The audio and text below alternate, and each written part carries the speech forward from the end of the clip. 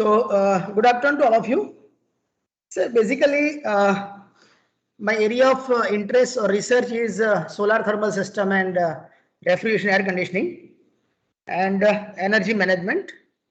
But somehow I got an opportunity to work with one of the PhD students who wanted to work on the biodiesel blended fuel with EGR. And with a belief that I will also learn something in a new domain, I took up the student, and then finally he's about to submit the thesis. So this presentation is,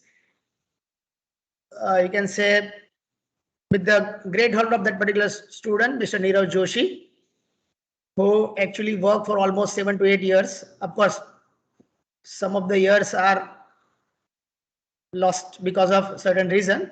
But anyway, so I'm going to talk about the investigation on exhaust gas recirculation, that is EGR, for compression ignition engine fueled with or fueled by biodiesel diesel blend.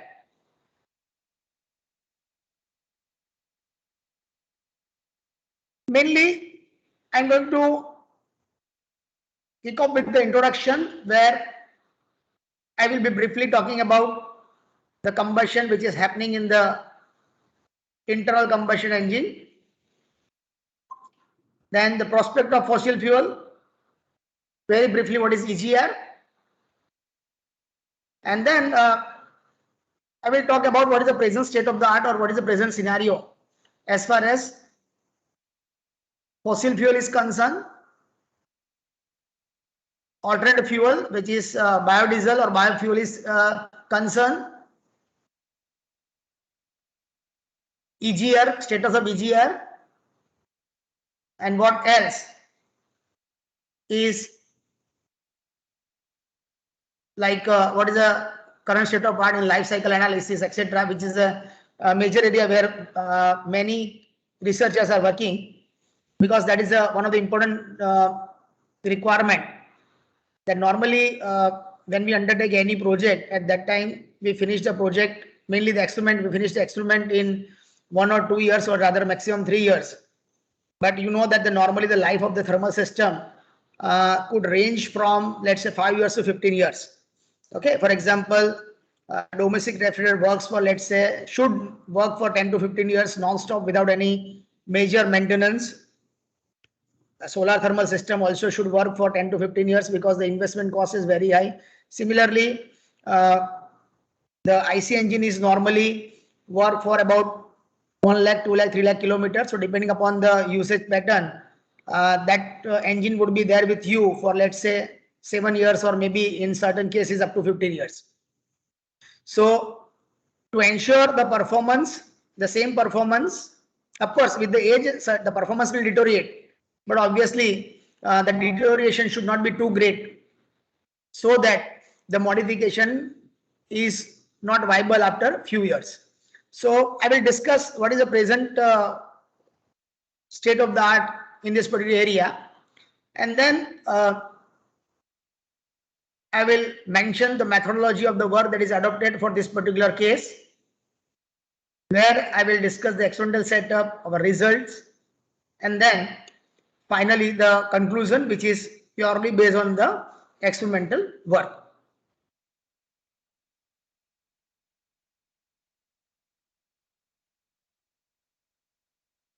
So we know that IC engine is a heat engine which convert the heat liberated by the combustion of fuel into shaft work or into the mechanical work. So it's basically, fundamentally, it's a heat engine by definition given in the thermodynamics. We have a fuel which is mainly a complex mixture of hydrocarbon. Normally we use atmospheric air as an oxidizer. The combustion takes place inside the combustion chamber of the IC engine, where combustion chamber of petrol, diesel, hydrogen, and depending upon the fuel, the combustion chamber, the design of combustion chamber itself is a area of the research. It's a, I would say, the engine is the heart of the automobile or any engine. Basically, the piston series arrangement is the heart of the any complete assembly of the engine. Similarly, if you talk about only the piston and cylinder, then basically it's this combustion chamber. Because how efficiently, how quickly, how depending upon your wish, the fuel will burn and release the heat and the work is produced is mainly depend upon the design of the combustion chamber. Okay, so it's a very important to have a good combustion chamber. So at later stage I will mention something regarding combustion chamber also. I will little elaborate. And normally the ideal products what should be produced is CO2, H2O, N2 and O2, and what other that is produced is basically what we don't want. Of course, we also don't want the carbon dioxide, but it is less poisonous compared to carbon monoxide. So we don't want carbon monoxide compared to carbon dioxide. Okay. Similarly, we don't want the NOx emissions. We don't want the particulate matter emissions. Even we don't want the hydrocarbon emissions, because the emission of carbon monoxide and hydrocarbon or presence of the hydrocarbon is or carbon monoxide is indication of incomplete combustion. And you know that if the combustion is incomplete, basically the complete cost of the fuel is not recovered and there would be loss of efficiency, energy and money. So in IC engine, this combustion takes place, the combustion equation is given, and in a table given over here, what is mentioned is the element, that is carbon, hydrogen, oxygen, nitrogen, which is there in the fuel mainly, of course, in a before the combustion, and what is happening to the product is the simple combustion equations are mentioned over here. I'm not stating that because that is not the purpose. The combustion or combustion kinematics, etc., is not the purpose of this particular lecture. So I'm not elaborating, but as a prelude to what we are going to understand these equations, and the table is presented over here.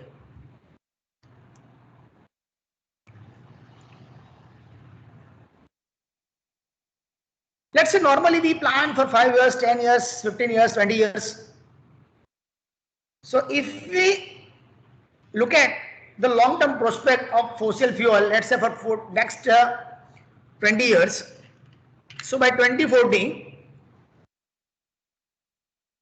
it is estimated that there will be or we have to reduce the use of fossil fuel by 30 to 50%. By 2030, say remember, I am not elaborating intentionally. I have not brought out the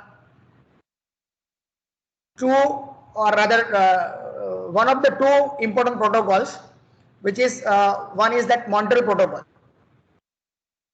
Okay, sorry, Kyoto Protocol. So you know that because of the global warming, we need to reduce the CO2 emissions, and that is the reason that we need to reduce the consumption of the fossil fuel by 2040 by amount maximum up to 50%. Certain goals are given in terms of the CO2 emissions, and from that particular goals, the individual country can decide the area or sector in which they target to reduce the emission of CO2. So you know that the CO2 emission is, the biggest sources are the power plant and this automobile vehicles, or you can say this IC engines. Okay, the diesel engines are considered to be more pollutant compared to the petrol engine, and right now we are talking about the diesel engine, so that is more relevant. We also intend to reduce 25% by 25% the primary energy contributors. Okay, the primary energy for us is right now the fossil fuel, which include petrol, diesel, the derived fuel from the crude oil as well as the coal. We also intend to reduce 33% consumption, oil consumption. And you know that due to cascading effect of cascading ill effect, I would say, due to cascading ill effect on environment, and of course to cope up with the increased population, cope up with the development, a country always would need or would expect, would project, there would be at least 20% in the energy demand. So that energy demand will require more fuel or more sources of the energy. So people are trying various options. In these various options, you know that the various form of renewable energy, that is solar, wind, biomass, bioenergy rather, that will include all kind of biogas, biomass, ocean energy. Of course, the potential is very limited. So major focus is on solar, wind, and this bioenergy. So major revolution is required, because you can understand the first three fact is just contradict to the fourth fact.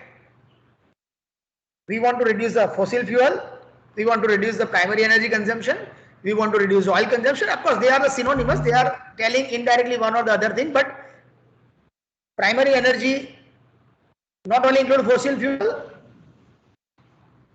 oil consumption not only include fossil fuel. So the certain numbers are over here, and the contradict to that, as a nation, as a great nation, to transform ourselves from developing nation to developed nation, or let's say to meet the ambitious goal of our Honorable Prime Minister of having a, of course I forget the number, I just recall but forget the number, I think 3 trillion economy or something like that. But you can understand that we have an ambitious goal of being a world leader. So for all such cases, we require to explore the alternative sources of energy. So basically we want the non-fossil energy. So for that we can go for various biodiesels. The advantages or rather merit and demerits are mentioned over here. I will not elaborate too much on that. They are environment friendly because they are renewable. Of course, they emit the similar kind of pollutants. They can be, the important thing is that, say, normally in refrigeration there is a good word called retrofitting. Okay, when you have a replacement of refrigerant, we say it is retrofitting. Retrofitting means there is a very limited, very little change in the modification of the system. So similarly, if I bring the same word, not the retrofitting word is not popular with IC engine, but I would say if we use a biodiesel, then it can be easily retrofitted. We require very little or no engine modification. The CO2 emissions are less. I will elaborate on decrease of engine wear. You know that it's a good lubricating property. The biodiesels are having good lubricating property, so it reduces the engine wear, and that is proved by many researchers when they perform the endurance test as per the IS standard. The disadvantage is the cost and availability. Of course, they are complement to each other. If the availability would be more, the cost would reduce. It increases the NOx emission because the integrated oxygen content of biodiesel ensure the good combustion, but at the same time, the presence of nitrogen and oxygen at high temperature, which is normally prevailing in IC engine, increase the NOx formation. They are less efficient. The biofuels are less efficient, so fuel economy is less. Power is also less. And at present, as a supply chain, we have a supply chain of the conventional fossil fuel. There is a proper supply chain to transport the coal, to transport the petrol, diesel, crude oil, everything.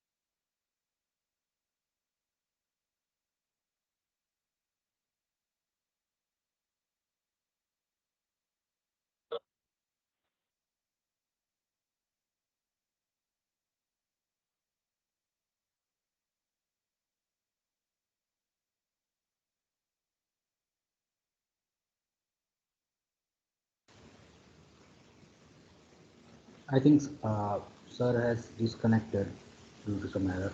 Wait for a while.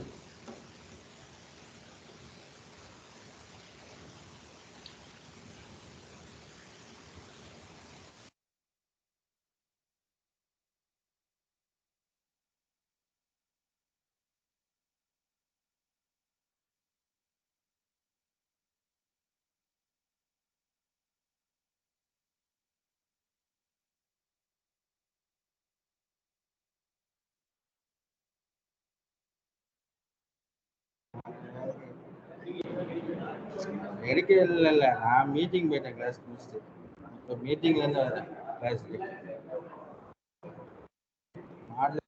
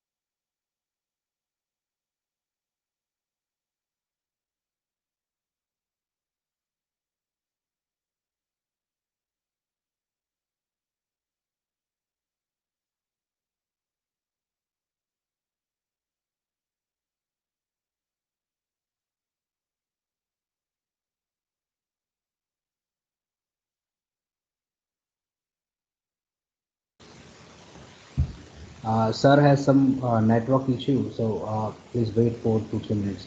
Please join me soon.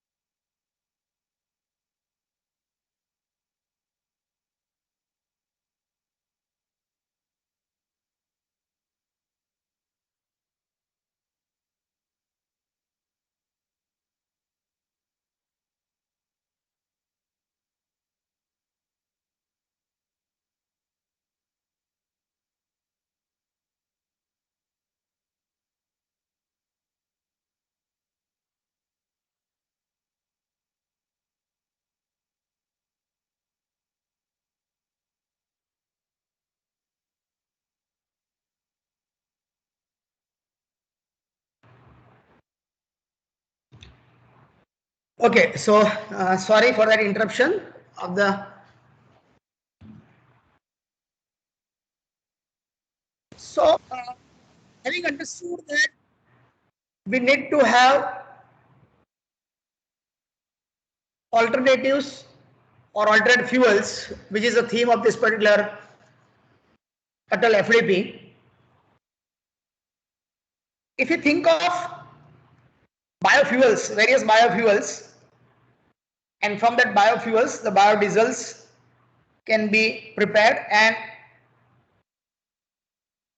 this biofuel is what and why we need to explore, or why we can explore this biofuel as an alternative fuel. Let's quickly understand that.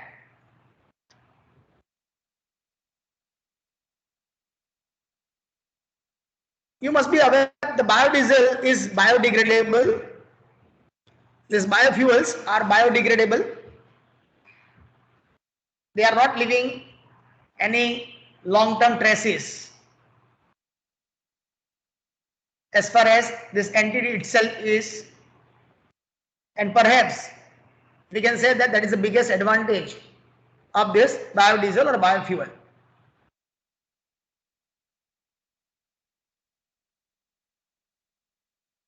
You know that it is derived from the vegetable oils. You people must be aware about the various biofuels derived from. Initially, the major work was started with Jatropha, and then from the waste cooking oil, and from coconut oil, and from coconut shell, and so many alternative fuels have been investigated by various researchers. Even ethanol, methanol, extract from the sugarcane, bagasse, all that thing have been used for the production of the biofuel. So this the source of this particular biofuel is vegetable oil, and that is the reason that it is a renewable one, and that is the reason that it's a renewable one.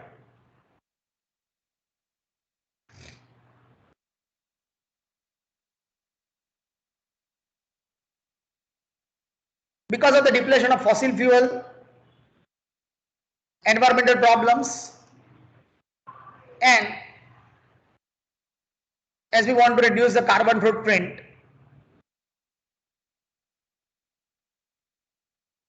this biofuels would become promising alternative to the presently or conventionally used the fossil fuel.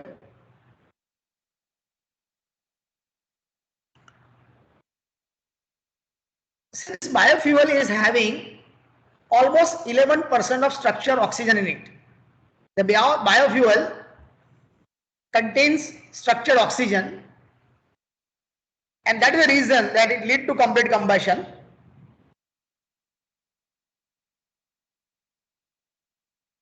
As we know that the compression ignition engine is a heterogeneous combustion engine, and this availability of the structured oxygen increases the probability of the complete combustion, because you know that normally for combustion the perfect mixing of air and fuel is required, and that is the reason to ensure the proper mixing and to ensure that each and every particle, each and every small droplet of fuel get the required amount of oxygen. We normally provide the excess air. Normally we work with a lean mixture, not too lean but somewhat lean mixture. But these biodiesels are having the fuel itself is having oxygen, so that you can say that rather than taking the oxygen from outside, this oxygen is already available within the biofuel, and that is the reason that it reduces the carbon monoxide and hydrocarbon emissions to a great extent. Because, and you know that the reduction in CO and HC emission is a good indication of the complete combustion. If the combustion is complete, CO will not be there and CO2 would be there.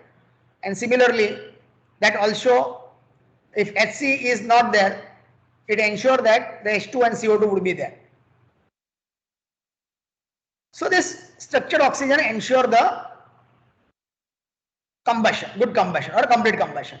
And when the combustion is complete, not only emission would be less, but as I mentioned earlier, you recover every penny that you spend on the cost as a you can say cost of the fuel. Those who are working in this particular area, and remember this lower HC emission that we have also observed in our investigation also. Those who are aware about the property of the fuels, the biofuel and diesel, they might be aware that the biodiesels are having higher viscosity, and because of that they have a good lubricating property, and this good lubrication lead to lesser wear and tear of the engine component.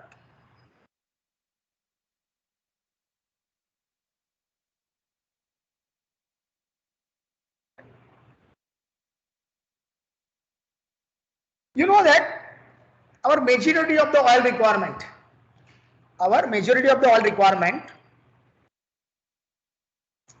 is met through import.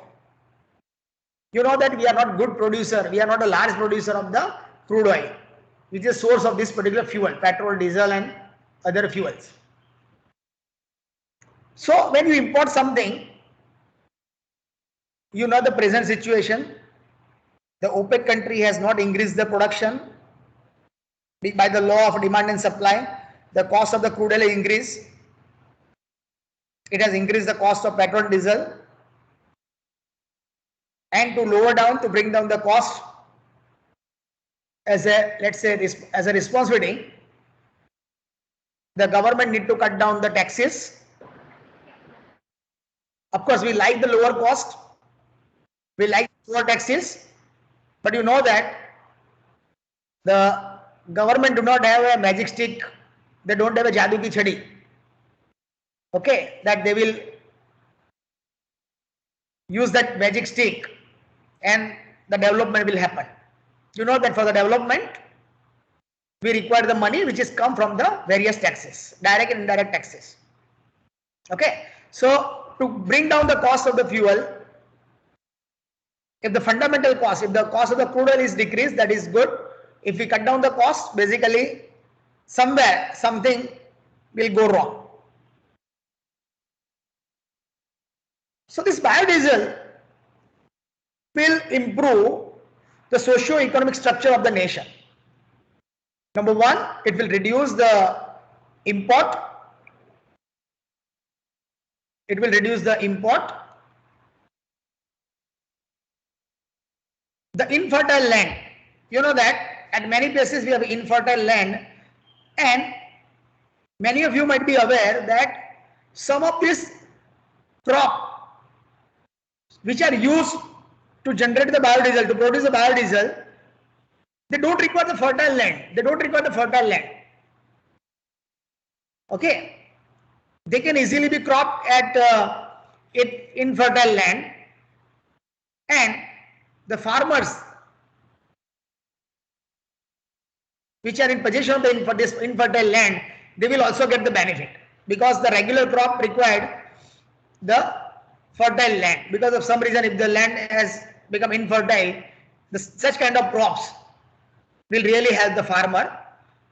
So this alternate fuels, these biofuels, will reduce the import, will use the infertile land, will improve the economic structure or economy of the, or prosperity of the farmers who are unfortunately having the infertile land. So in nutshell, it is really helping the socio-economic structure of the nation.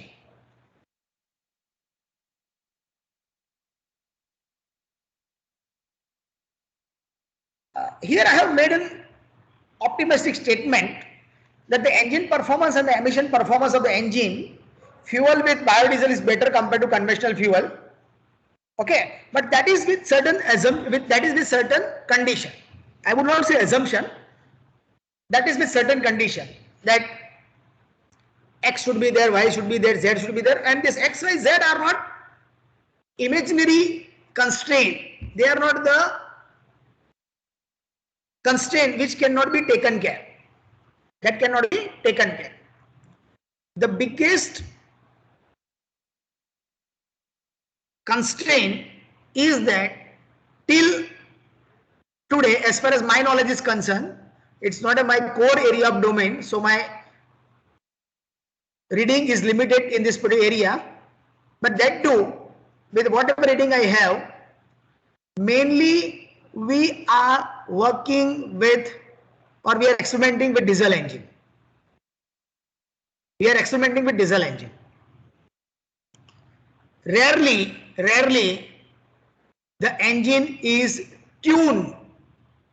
So remember, you need to tune the engine in terms of, yes, we can change the ignition, injection advance and something like that. But you know that the nozzle that we are using is for the design for the combustion chamber, which is designed for the diesel. And you know that if you have some idea regarding the refrigeration and air conditioning, you know that whenever you have a retrofitting, there would be certain loss in performance. But when, for example,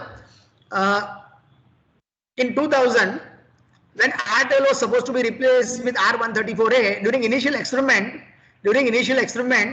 when R13 was used as a retrofitted in R12 refrigerator, the performance was less. The performance was poor. But when the industry accepted that R134 is a good substitution, and then they have developed the special compressor which is for R134A. The condenser, evaporator, the capillary tube is designed for a particular refrigerant, that is R134A. The performance is comparable or somewhat better than that of R12. So what I'm telling is, what I'm trying to convince you is that when you design something for a particular fluid, particular fuel, at that time the performance is better.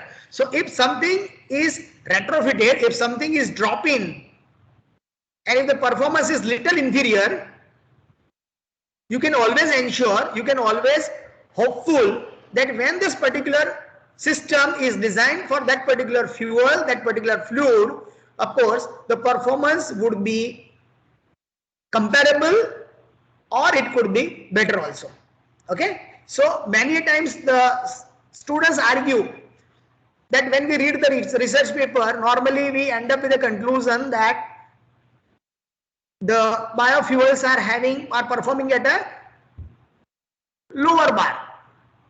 That's true. Say finally, we need to talk about the economics. I think the way the conventional fossil fuel is fluctuating, the biofuel which is indigenous, the cost will not fluctuate too much. The cost will not fluctuate too much, and that is a great advantage. So if the engine is designed for this particular fuel, okay, then obviously the performance would be comparable or it could be better than that of the diesel engine. Now, to propose the challenges. Suppose if someone, let's say, I think currently there are about 69 or 70 participants. If anyone is working or would like to work in area of this particular fuel, as I understand, these are some of the challenges. These are some of the challenges, and because of that, in spite of the research being carried out for last many years, the biofuels are still not so popular. Only the government policy, only the compulsion from the government agency, the state government authority, the central government authority, there is now some use. Now we can see certain fuel pump dedicated to biodiesel, okay. Still, it is not as per our choice. It is because of the policy of the government, from the compulsion from the government. So what are the challenges? As I mentioned earlier, it has got around 11% of structure oxygen, which is blessing in disuse. You know that when you have a availability of oxygen and nitrogen at higher temperature, there would be formation of the NOx.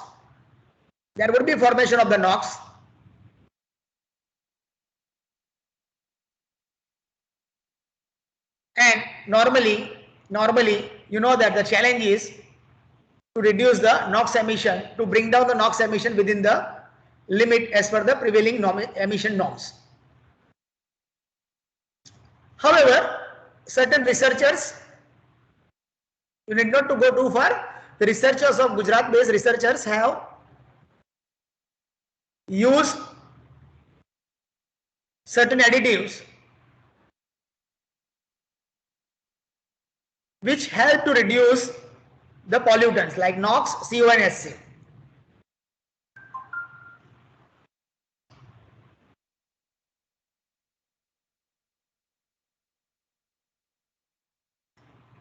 The second demerit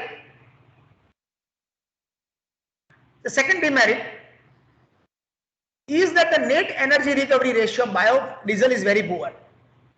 Now this net energy recovery ratio, the term is very similar to the exergy. What it is capable to do and what it is doing, okay, in terms of the true potential.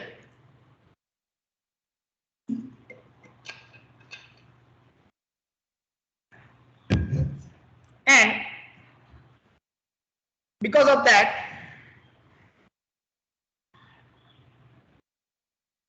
the exergetic balance suggests that the net energy available from the biodiesel is extremely less compared to our conventional fuel. The exergetic efficiency or exergetic balance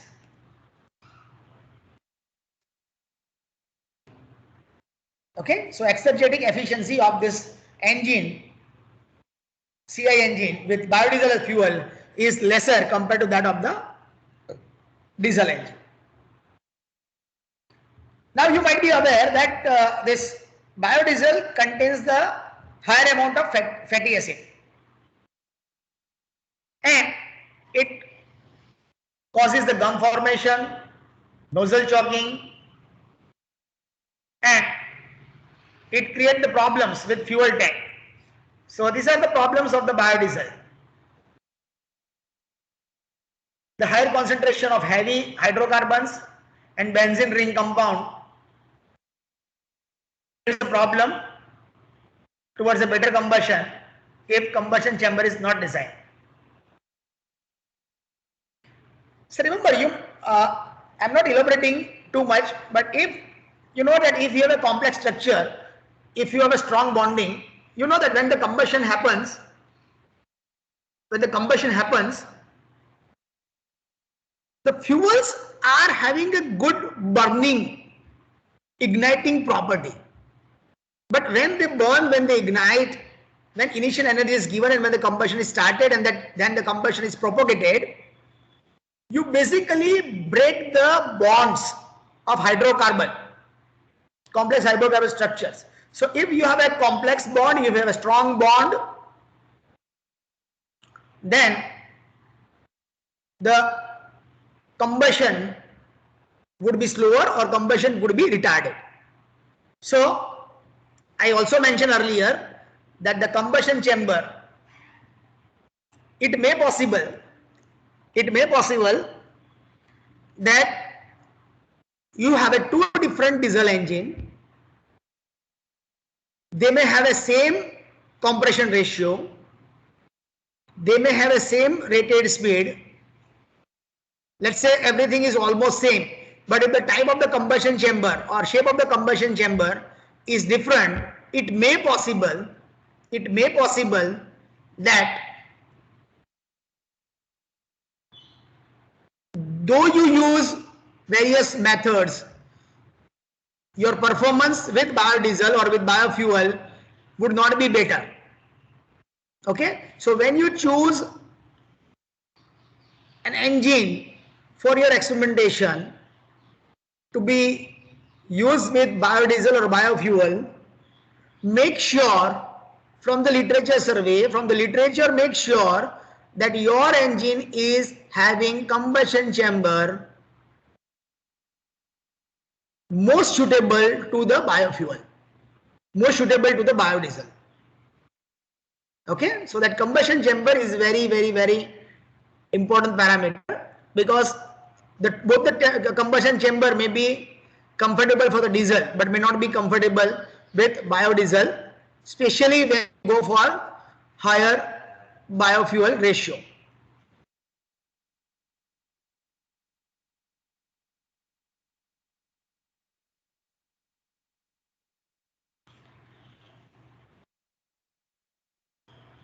And looking to the land and other resources of the nation, it is a proven fact. Earlier also I mentioned that by 2040, that means in next 20 years, we want to reduce the oil consumption. We want to reduce the oil consumption by 50%. Okay. So the question may come to your mind that we are talking about electrical vehicle, we are talking about hydrogen fuel cell vehicle. Okay, but it may possible that even by next 20 years, it may not be possible to completely eliminate. For example, right now, petrol, diesel, CNG vehicles are running in market. The day may come where you have petrol engine also, diesel engine also, and electrical vehicle and fuel cell engine also. They have their own merit and demerit.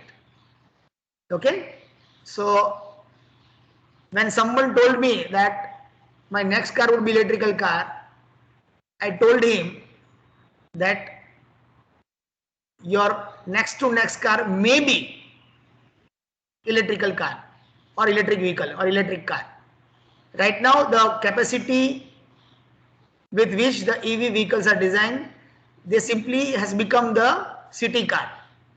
For long distance, still there are many issues, many problems to be solved, and that is the reason because someone would ask me, we are talking about electrical vehicles, we are talking about EV, why we are talking about alternative fuels? Why you are talking about fuels? This fuels, this IGA engine will not be there in market after 5 years. No. Okay, those who are working in the area of EV, they advocate. But if you do the real assessment, this fuel may be there in the market, and that is, I think, the government goal is that we want to reduce the oil consumption by 50% after 20 years, by next 20 years.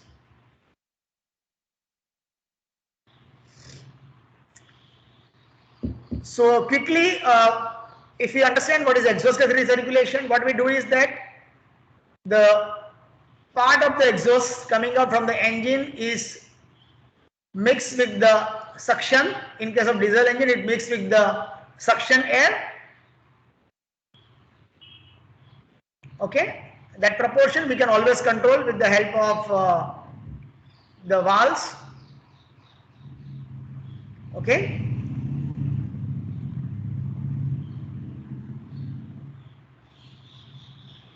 And the purpose of this EGR, the purpose of EGR is to minimize the NOx emission by reducing the adiabatic flame temperature as well as reducing the amount of excess oxygen, because oxygen is already available. Yeah, though my lecture is on EGR, I would say EGR may not be required. EGR may not be required if you design the engine. If you design the engine for biodiesel, because when you design a new engine for biodiesel, obviously you can control the air accordingly, because now you know that this is my biofuel. This biofuel is having this much amount of inherent or integrated oxygen, structured oxygen. So my air requirement would be or could be reduced. My oxygen requirement and ultimately air requirement can be reduced. So this EGR is having its important when you go for a retrofitting, when you use the biodiesel in existing diesel engine. Otherwise, you should design your engine for lesser air intake.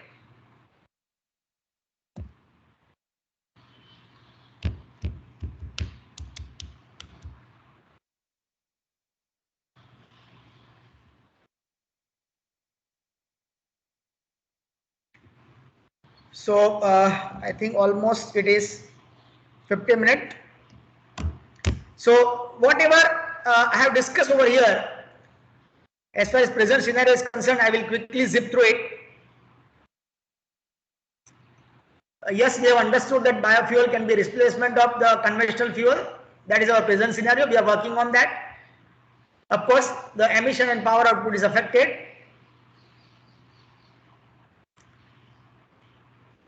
About 30% of our total diesel engines are stationary. This EGR, the EGR may not be a viable solution for automobile, but yes, it is a good solution for the stationary diesel engine. So of the total diesel engine currently used in India, almost 30% of the diesel engines are stationary engines. What we have understood that the method of extraction of biofuel is also affecting the yield and the property. We can go for the blended biofuel or blended biodiesel. That means the biodiesel will have more than one biofuel. The biofuel increases the NOx emission, and EGR is considered as the most appropriate method to minimize this NOx emission.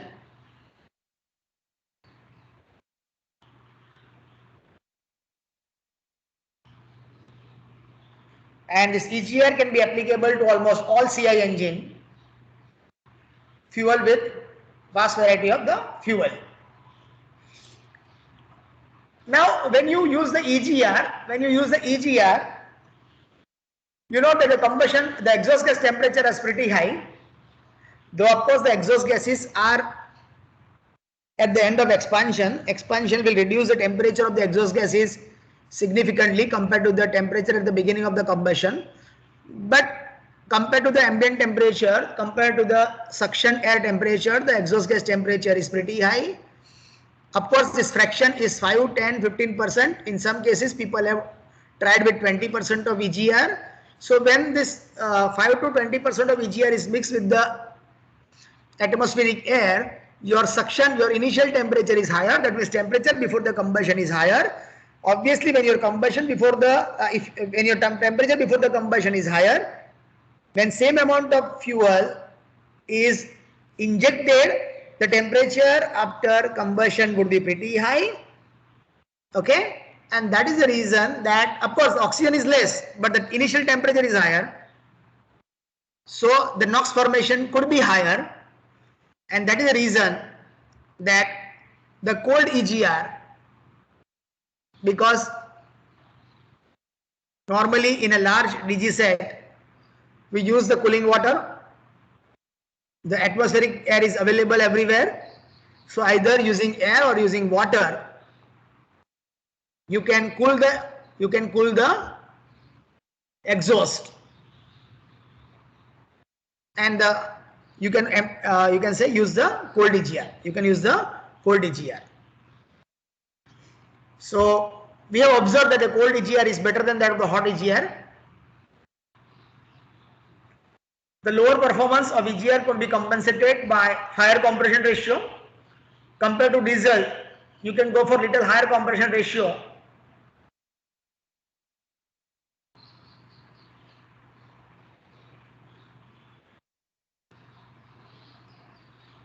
With higher compression ratio, the performance can be restored. Okay, so in nutshell, what I mean to say is that suppose you have an existing engine, you have decided to use the biodiesel. If you do nothing, your performance would be lower down, your emission will increase. Okay, so to improve the performance, what you can do is that you can increase the compression ratio. When you increase the compression ratio, it has its own inherent merit and demerit, and to compensate the demerit of the higher compression ratio, and you can go for EGR, but hot EGR is having its own merit and demerit, and because of that, to overcome the demerit of hot EGR, we can go for the cold EGR. Okay, so our conclusion at the end, I would like to, in a one line, I would like to conclude that slightly higher compression ratio with cold EGR is a good option, where you can bring down the performance to the original level. Okay, where the efficiency and fuel consumption is similar to that of the diesel engine, and emissions are less than the diesel engine. The emissions are less than the diesel engine. Okay, so that methodology will now be followed. Okay, so these are the variables based on the available literature.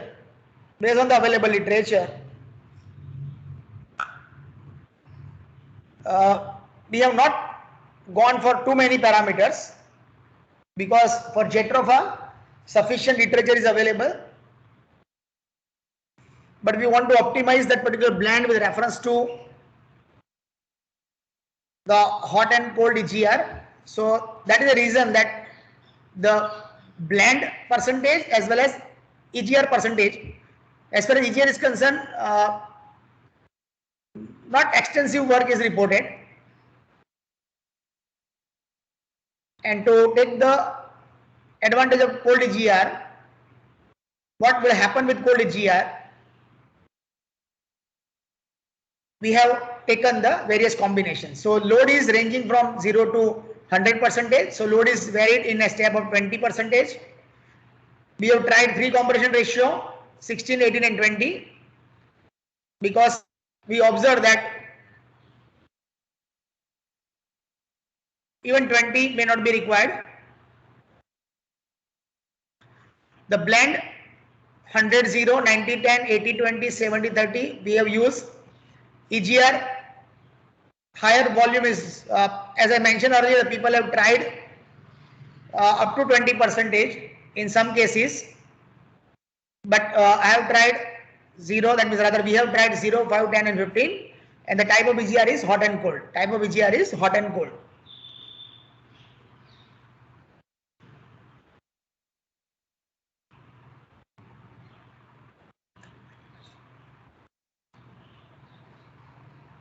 Okay.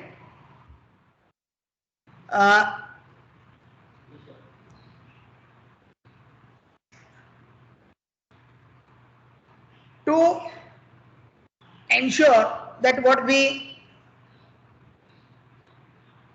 are getting is within the acceptable limit, Normally what people do is that they do the uncertain analysis at the end. No, this uncertain analysis is to be done at the beginning, because if initially if you want to do the uncertain analysis, and if you're after experimentation, when you do the uncertain analysis and when you come to know that, oh, my deviation, uncertainty in my result is too much, I should have used better or accurate instrument, then the complete time and money would be lost. So always do the uncertain analysis prior to the experimentation. So this is what the list of equipment and its accuracy. This is the experimental setup. We have air from the atmospheric air through the air filter. It goes to the air box where it measures the air consumption. In that particular line, the exhaust coming out from the, of course this cooler is available only if we go for, when we do the experiment for the cold EGR. This EGR cooler is absent when you perform the experiment with the hot EGR. Okay, so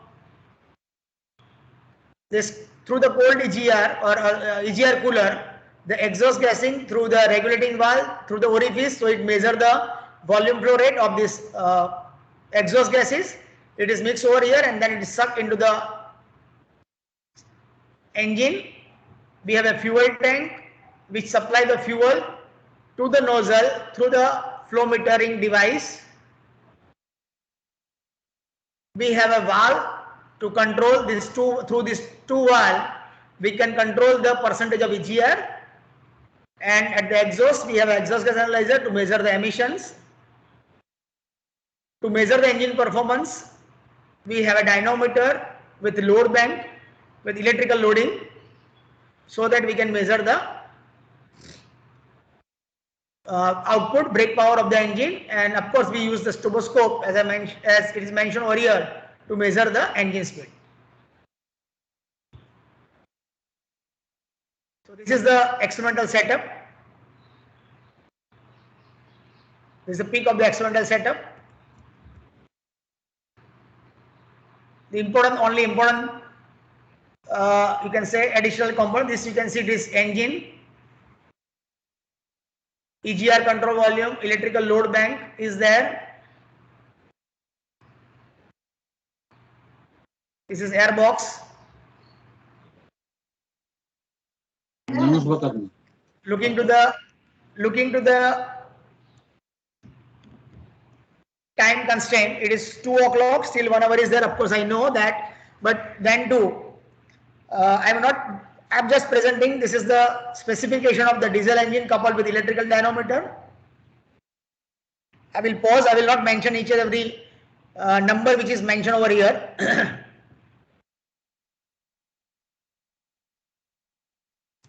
Manon orifice meter is used as a flow measuring device.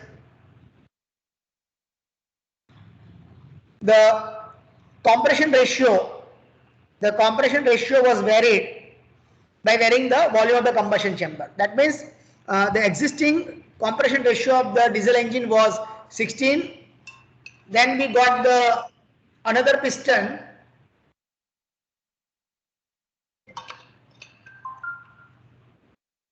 having lesser depth of the combustion chamber or lesser space of the combustion chamber, so clearance volume is reduced.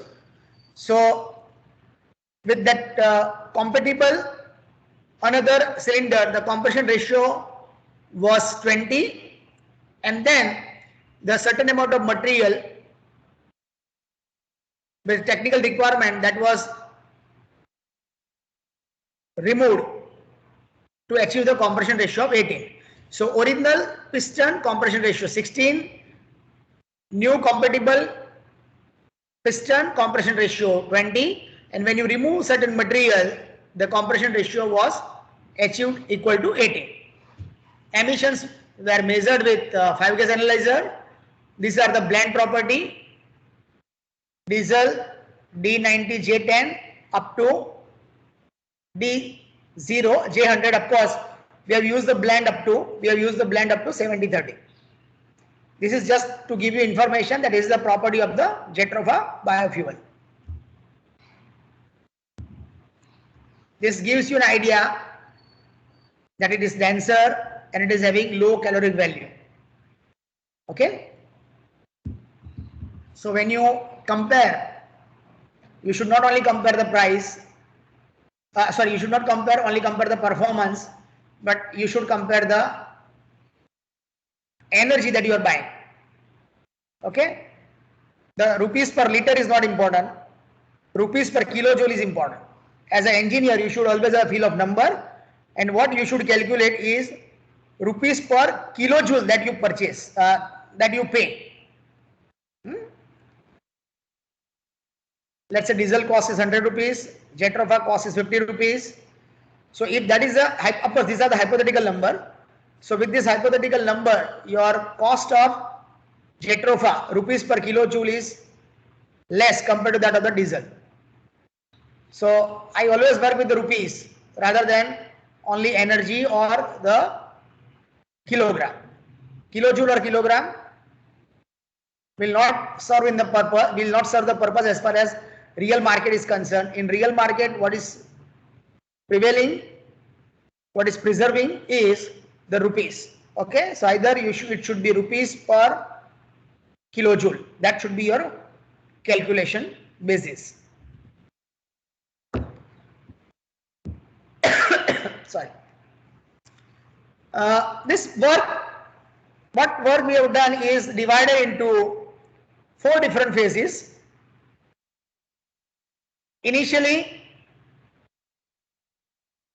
we have taken the baseline reading to optimize the biodiesel diesel blend with EGR. So you can understand if I elaborate all the phases, the slide is in front of you.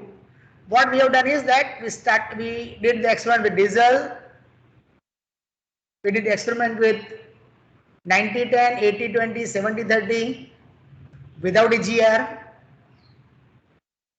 With same compression ratio, we did it with EGR. That is our phase number 1. At the end of the phase number 1, we concluded that the performance is deteriorated with the EGR and biodiesel. So we decided to increase the compression ratio. So we changed the compression ratio, and for compression ratio of 18 and 20, we repeated the experiment with EGR and different blend. I will elaborate phase wise later, or rather after this particular slide. And then with optimized compression ratio, we did the experimentation with cold EGR.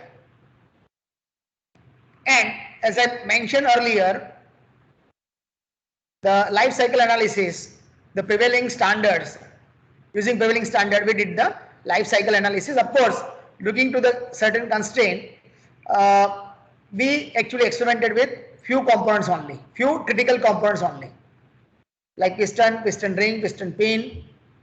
Okay.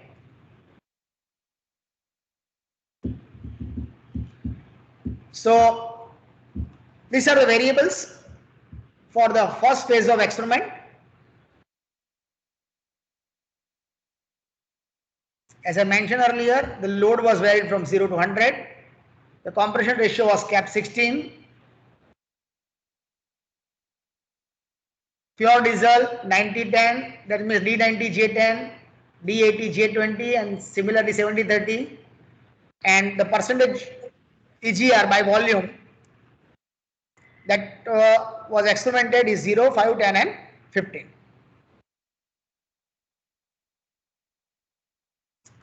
So this is a graph of brake specific fuel consumption. Of course,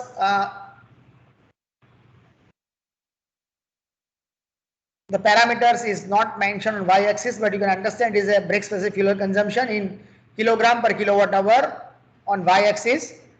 The results are plotted for D100, 90-10, 80-20, and 70-30. Please pardon me if every time I am not mentioning the full nomenclature, that is D90J10. I'm a little lazy guy. So it's a D100, 90-10, 80-20, 70-30. Okay, so you can see that the brake specific fuel consumption is for the diesel and is very close to each other. So out of the three option or out of the three substitute, you can say that as far as brake specific fuel consumption is concerned, 80-10 should be chosen. Similarly, we can also compare, because you know that the C calorific value of the biodiesel is lesser. So it's worth to compare brake specific energy consumption rather than brake specific fuel consumption. So that is actually lowest for 80-20 combination. That is, of course, it is lower than that of the even pure diesel. For 70-30 it is higher. Okay.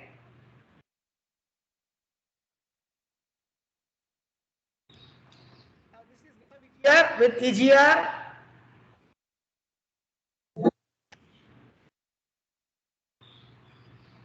This is a graph where we have a diesel no EGR, 80-20 no EGR, because from these two graph we extract that 80-20 is better. So for EGR we actually did it for 80-20 only. So of course graph is plotted for the 80-20 only. So it is 80-20, 5% EGR, 10% EGR, 15% EGR. So you can see that with EGR not great achievement in terms of brake specific fuel consumption with EGR, but of course you can decide that which percentage of EGR is better. Okay, so that you can see that the 10% seems somewhat better from the brake thermal efficiency point of view, because basically that consider the output and the calorific value, lower calorific value. Okay, so that is a good you can say parameter to compare. So you can see that the diesel with existing engine hard to compare, and as far as alternative is concerned, the 80-20 is better, and 80-20 with the 10% EGR. From this graph we have picked up 10% of EGR as a better one. So here only 10% of EGR is plotted, but the 10% of EGR, with EGR the efficiency is reduced. Okay, this is for diesel, this is 80-20 without EGR, and this is 80-20 with EGR.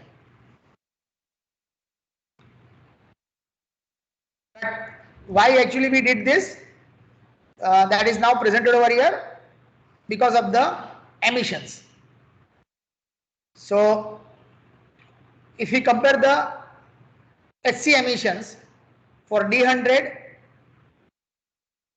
D80-20, because these are, so remember, we always in this particular presentation in graphs we have always kept the diesel, because someone will always argue that what is your performance, what is your baseline performance. Your baseline performance is the performance of existing engine with diesel.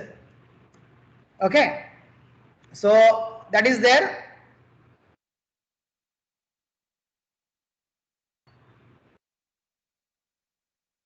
And this is the next chosen one as far as blend is concerned, and then with 10, 5 and 15% of EGR.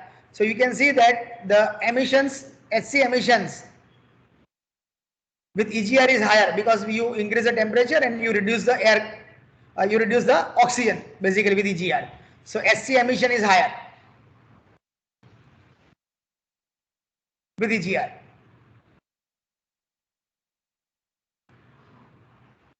The NOx emissions, of course, now you can see that the EGR reduces the NOx emission significantly. So we moved from D100 to D80-20, D80J20, and as far as EGR is concerned,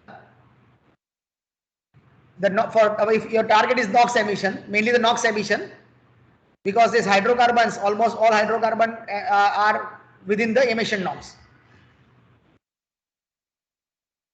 So this 10% EGR substantially reduces the NOx emission. Okay, so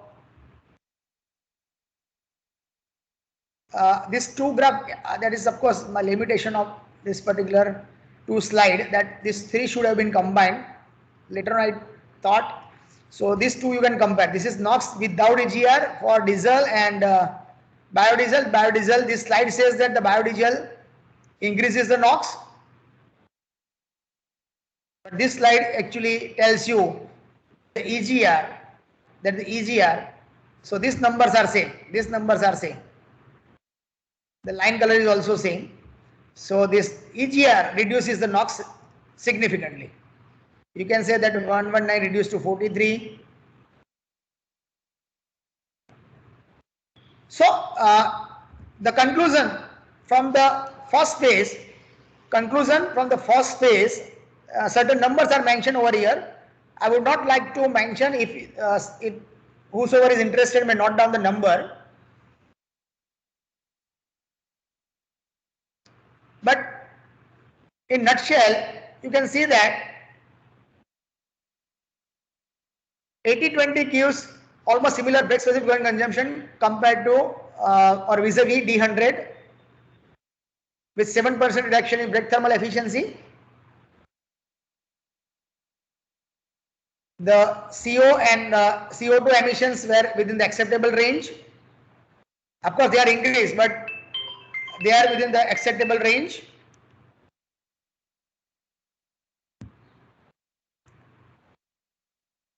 But with D80-20, J20, the NOx emission is increased by 20%, and it was reduced by 65% with the help of the 10% EGR, which is 48% lower than D100. If I would have plotted this particular line over here, you can compare. That line would be somewhat over here. So it is almost 48% lower than that of the D100. So almost 50% of the D100 NOx emissions.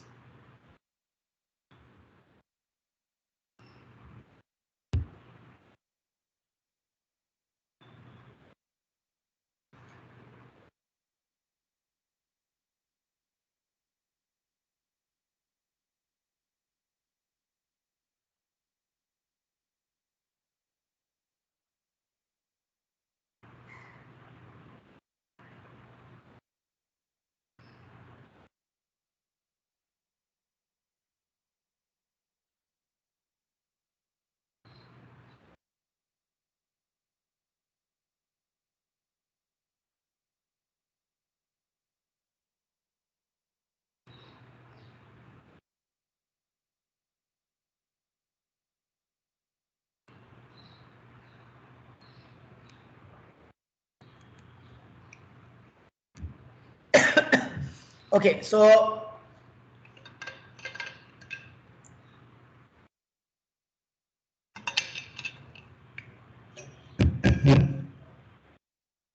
the result of the second phase, which is basically we work with the variable compression ratio. The loading condition is same. Earlier we have a compression ratio of 16 for all tests. Now it is 16, 18 and 20. Same proportion we have retained, and the EGR volume is also we have kept same. The later in italics indicate indirectly the final conclusion. So this is brake thermal efficiency for 3 compression ratio for different fuel, D100, 90-10, 80-20 and 70-30. It is very obvious that for higher compression ratio the thermal efficiency would be higher. That is what we have been learning and teaching to our students for many years, that as the compression ratio increases, thermal efficiency increases. Okay, that is once again reinvented over here. What is more important is the relative magnitude. What is more important is the relative magnitude. The brake specific fuel consumption, as efficiency is higher, the brake specific fuel consumption is lower for compression ratio 20. Similarly, the energy consumption is also lower, and you can also note down that for all the cases, when you move from D100 to 90-10, 80-20 and 70-30, you are actually deteriorating the performance in terms of a particular parameter. For example, in this case, brake specific energy consumption. In brake specific energy consumption reduces, this fuel consumption also increases, thermal efficiency decreases. So that is all, you are deteriorating the performance. But yeah, the NOx is also increases when compression ratio is higher, because when your compression ratio is higher, your maximum temperature is higher. When your maximum temperature is higher, your average temperature is also higher, and more, it's a biodiesel, so more oxygen is available, temperature is higher, so there is a more NOx formation. There is more NOx formation, and for our selected blend, that NOx formation was pretty high. It was, you can say, higher compared to 90-10 and 70-30. The NOx formation was higher for 80-20.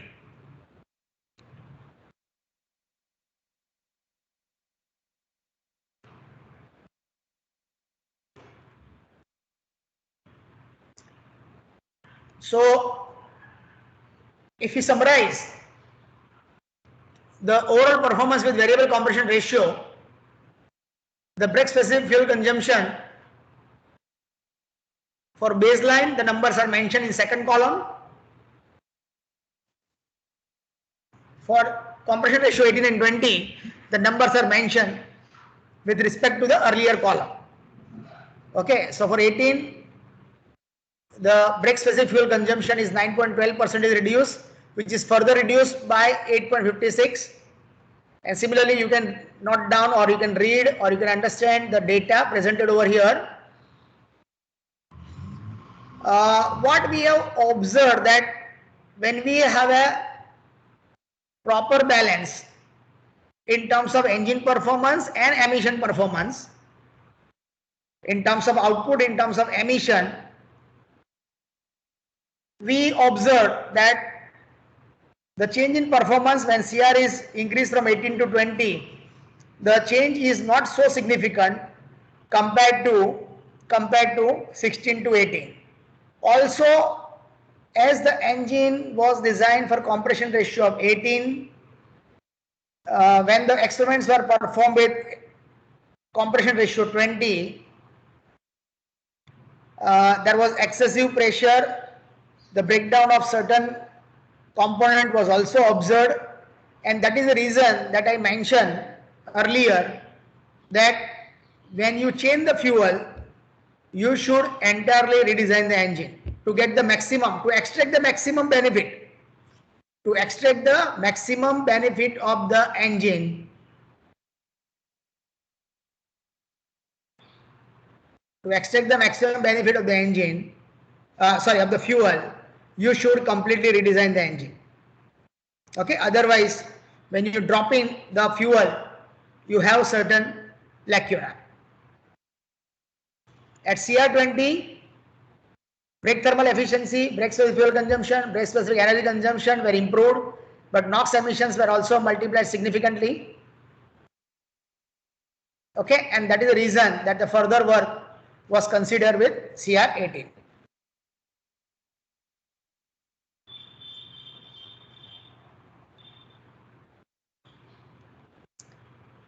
These are the NOx emission with EGR, with hot EGR, with CR18,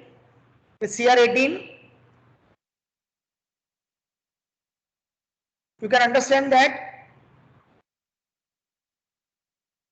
with a 10% EGR, or rather even with EGR, any amount of EGR, your NOx emission reduces significantly. So with 10% EGR, it is quite low. Okay. it is quite low. This is for diesel and this is for the EGR 15%. The SC in ppm is also presented over here. You can see that the ECG 10 is having a good performance in terms of HC emissions. As I mentioned earlier, because of the excess oxygen, of course, that we have reduced to some extent with the help of EGR, but then too with biofuel, the SC emissions are far less. You can say that there is no much variation. 95, 94, 80, 98 with biodiesel. Okay. So if we quickly conclude, from the experimental work phase 2, the higher CR gives the better output. For 80 and 20 compression ratio, there is no much significant in the performance, and there is a limitation as far as use of existing engine. So we have to restrict to our compression ratio to 18. Of course, with 20 the emissions were higher, and that was another reason we dropped the CR20. If we could have used variable compression ratio engine or a dedicated specially designed engine for compression ratio 20, the performance could have been better even with CR20.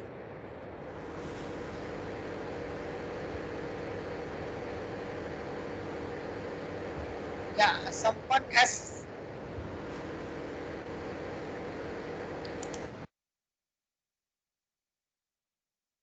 Thank you.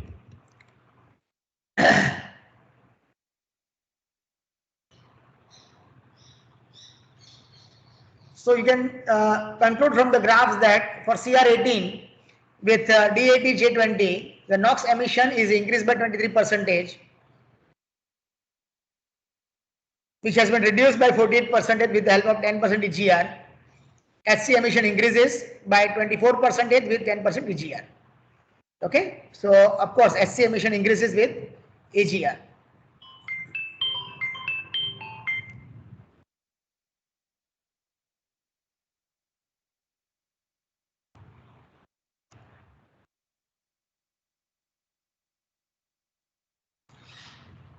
So in phase 3,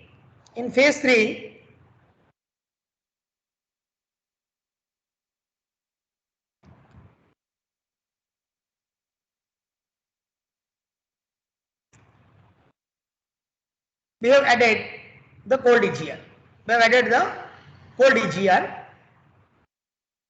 Other parameters were same as I discussed over here, so I am not repeating the discussion on the other variables. So with compression ratio 18,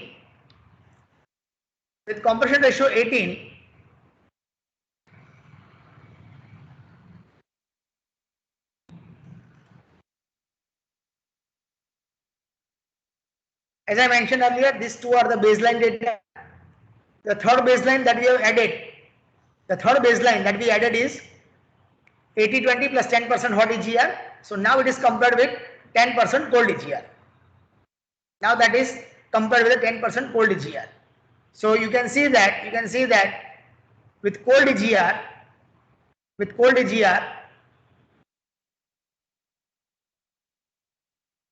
compared to hot EGR, you can reduce the brake specific fuel consumption. Of course, the brake specific fuel consumption is not still matching with that of the pure diesel and with biodiesel. Similar graphs are plotted for brake specific energy consumption. The charts or the nature of the charts is very much similar to that of the brake specific fuel consumption.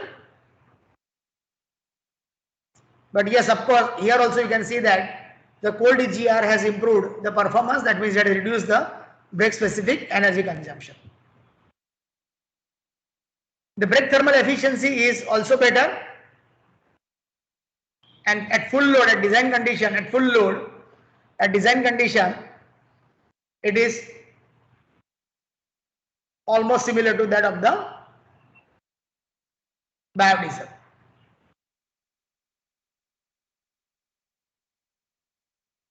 This is of course as an additional arrangement, since we are in a third phase. Someone might be interested what is the effect on exhaust gas temperature. This of course to restrict the time for the presentation, I have not intentionally added the exhaust gas temperature for all other cases. Finally, just to give you an idea that this exhaust gas temperature, to get an idea about the physics or what is actually happening inside the combustion chamber, inside the engine, the exhaust gas temperature, because many times certain conclusion can be drawn based on the exhaust gas temperature. So the exhaust gas temperature was also measured for all the test run.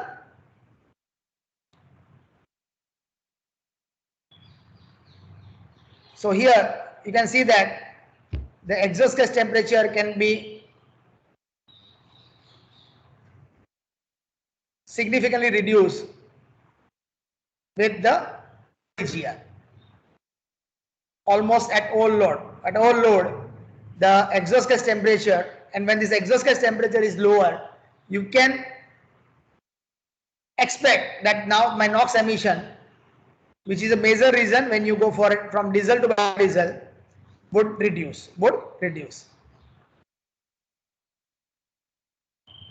And therefore now you can see that compared to hot EGR, with cold EGR, the NOx emissions are significantly reduced. The NOx emissions are significantly reduced.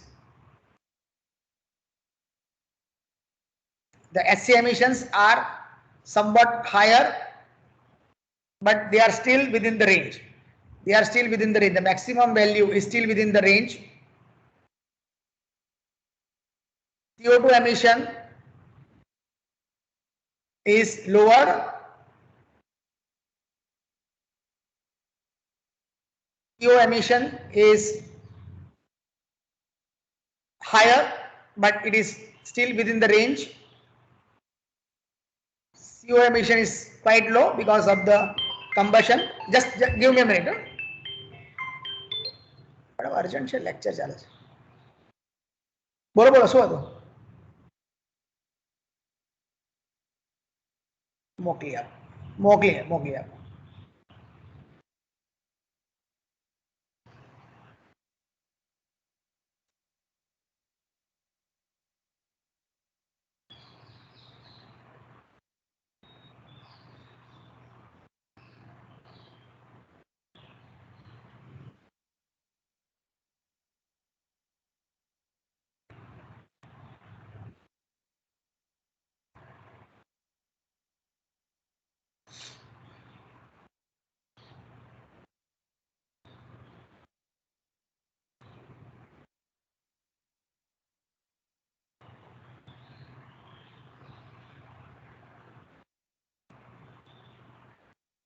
Okay. Sorry for the vibrant disturbance. So you can see that the CO emission, of course, is also within the range, though it is higher than the pure diesel and biodiesel without EGR. So the conclusion from the phase 3 is that cold EGR improves the volumetric efficiency, because the cold EGR reduces the suction gas temperature, so it improves the volumetric efficiency, and it has resulted in a good combustion quality. And brake thermal efficiency is improved by about 3% with better brake specific fuel consumption and brake specific energy consumption as compared to hot EGR.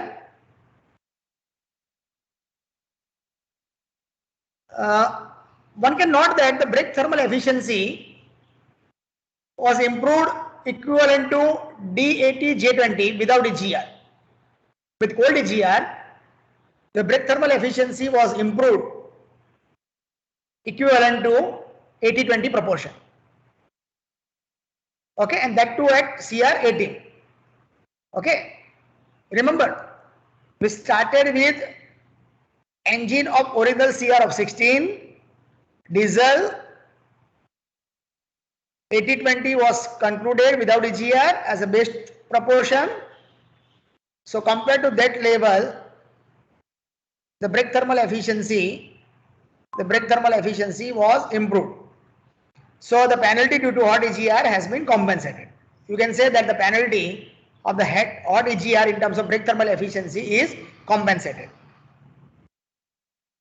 Due to cold EGR, it is obvious that the combustion temperature is dropped, and which has further reduced the NOx emission. And this reduction is almost 70% of that of D80-20 with original compression ratio. Of course, on the other side, however, the SC emissions were increased. SC emissions were increased. So as soon as some emission is increased, but it is within the emission norms. Say, let's say your emission norms is, let's say 100 unit. Your earlier emission was 50. Now it is increased to 60, but it is still within the limit of 100. It should not be causing any harm, or it should not be a negative to take the final call. Okay. So SC emission increases, but it is still within the range, still within the limit. And the fourth phase is on the life cycle analysis. As I mentioned earlier, due to certain limitation, all the components were not tested. Okay. Piston ring and piston pin were considered for the life cycle analysis. Certain measurement with lubricating oils were also taken. Okay. But they are complementing. If there is a lesser wear on the component, obviously there would be lesser addition of this particular metal particle into the lubricating oil. You know that because lubricating oil should remain lubricating oil. That metal particle, even though it is very small micro size, it get into the, because of the wear, higher wear, if it get into the lubricating oil, it will subsequently reduces the lubricating property. It may take a very fine scratches. It may cause a fine scratches or fine erosion on the metal parts. Okay, so that is not desirable. So what we did is that as per IS 10,000 part 4, the engine was run for that 256 hours as per the standard loading cycle. The comparison of RA/RQ value of the surface roughness and microscopic image surface plots were compared, which are shown over here. Okay, and that comparison reveals that D80-J20 with a higher CR of 18 and with cold EGR substantially reduce the wear of the vital components of the engine. Vital component, I mean piston, piston ring and piston pin. These are the equipments that we use for the measurement of surface roughness. These are the plots of the surface roughness.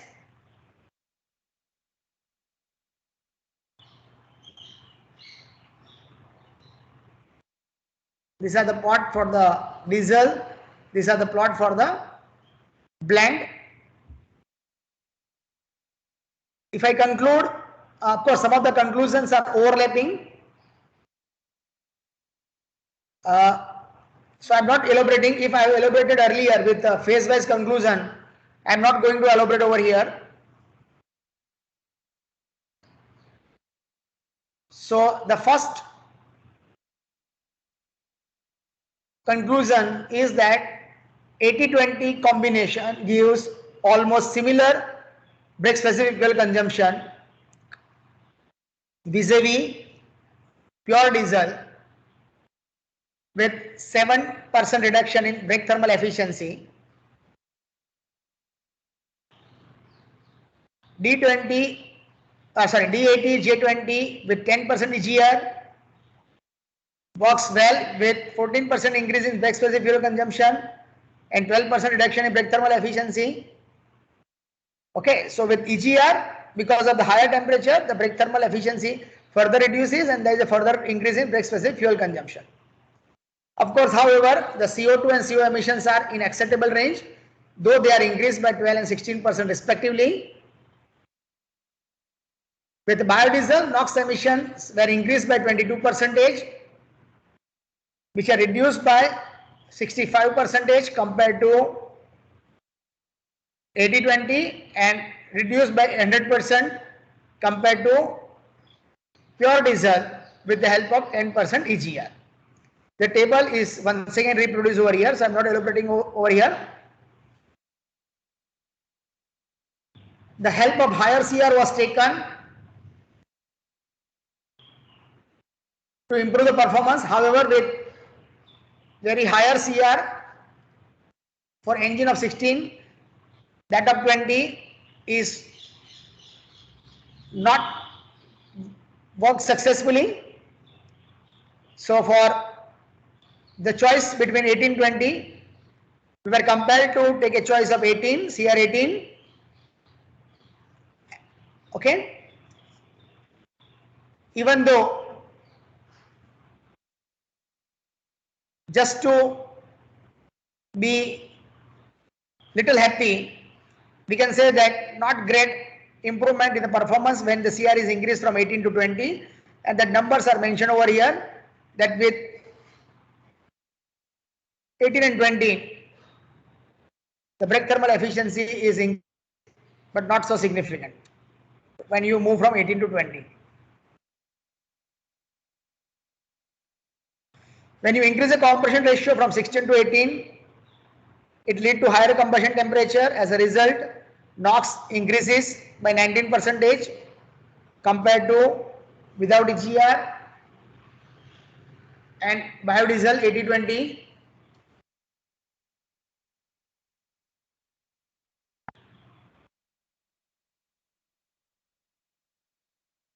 with 10% EGR, brake specific fuel consumption increased by 7% and brake thermal efficiency reduced by 11%. With D80 J20, NOx emission increased by 23%, which is reduced by 48% with the help of 10% EGR. And at CR20, the efficiency and fuel consumption, energy consumption were improved, but NOx emissions are multiplied significantly. So finally, with CR18, we worked with cold EGR. Cold EGR improved the volumetric efficiency and brake thermal efficiencies improved because of this improvement in volumetric efficiency, and this has got better brake specific fuel consumption, energy consumption compared to hot EGR.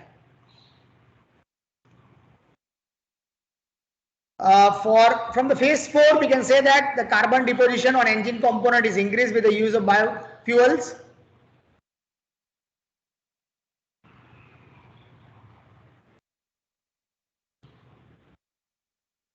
After long run endurance test, the roughness was measured in terms of RNRQ value, and it is observed, it is concluded that there is a substantial reduction in the wear of the vital component of the engine. There is a substantial reduction of the wear for the vital component of the engine.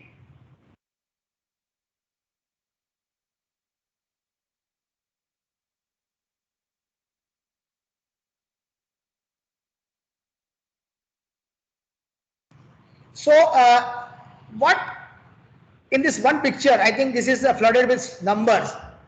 At one go in this particular, one need to read again and again to recall the number. So I have summarized the achievement or the result in this one slide. This is the original engine, a diesel engine designed with compression ratio of 16.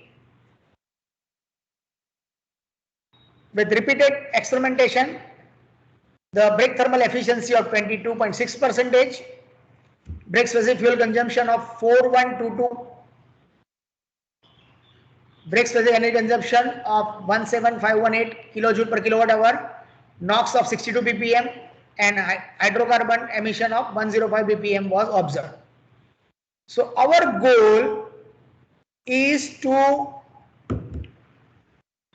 achieve the similar performance,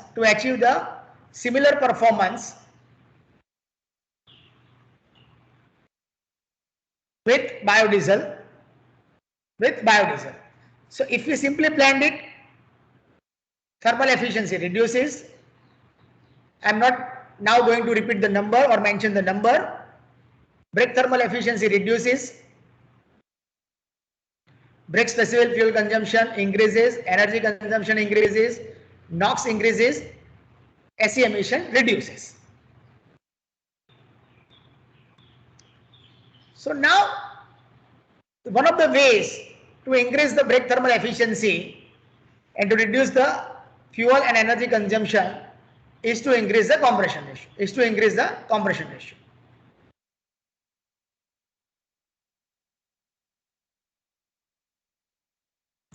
So if you increase the compression ratio,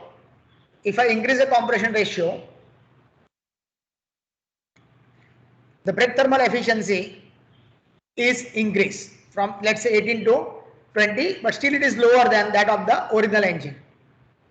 Fuel consumption is reduced, but still higher than that of the original engine. NOx emission is increased because the compression ratio increases, so temperature increases, but yes, the HC emission reduces. So something has improved, something has deteriorated. That means performance has improved compared to biodiesel, but the NOx emission has increased. Further increase. So now our job is to reduce. The performance has improved, but the NOx emission has increased. So now our job is to reduce the NOx emission. So what we did is we went for the EGR. That is what EGR. So brake thermal efficiency reduces, fuel consumption increases, energy consumption increases. Yes, NOx emission is reduced. So now we are required to find out the way between this one and this one, and this one which is better than this one. Okay. So what we can do is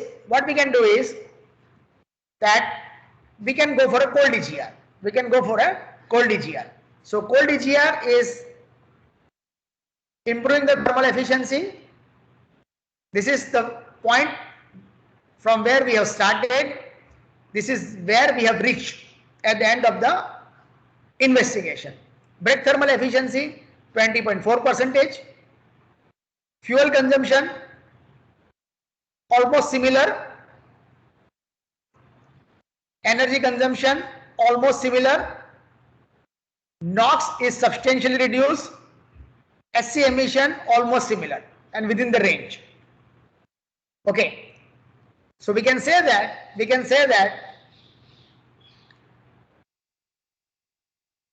the 10% cold EGR with 80-20 proportion of biodiesel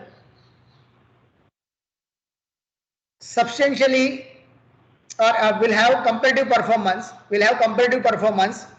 with substantial reduction in the NOx emission. So what you can hope is at this juncture, I do admit that we don't have a thermal efficiency same as that of the diesel engine. But remember one thing, the point which I have been emphasizing again and again, that this is the engine designed for the diesel.